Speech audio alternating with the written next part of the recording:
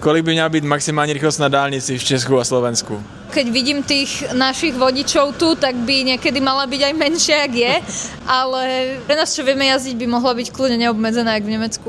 Co je to nejhorší auto podle tebe, který se kdy vyrobilo? Neviem, porád nejaké. A ja potom si našim Škodovky. Akože ja hovorím, že dajme tomu Octavia, že to není auto, to je, môj otec sa tak hovorí, že to je približovadlo.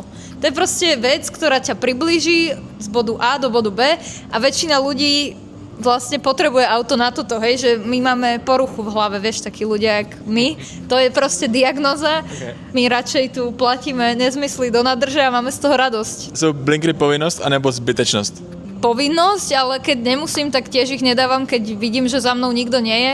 Půjčila by si někdy svoje auto kamarádovi nebo kamarádce? Keď viem, že akože dobre šoferuje, tak asi áno, ale... Ale s těžkým srdcem. Ale s ťažkým srdcem, no. Jídlo v autě povolené anebo zákaz? Povolené. Manuál nebo automat? Do mesta asi automat a na nejakých starších Poršakoch určite manuál.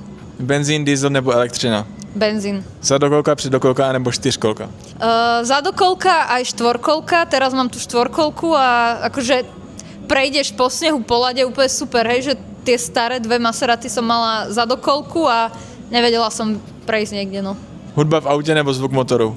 Jaj, tak toto je u mňa také, vieš, keď mám aj priateľa producenta, tak chcem počúvať tú hudbu, ale naozaj som si všimla, že odkedy mám benzín a nie diesel, tak není prvé, čo pustím, není hudba. A predtým to tak bolo, takže teraz tak 50 na 50.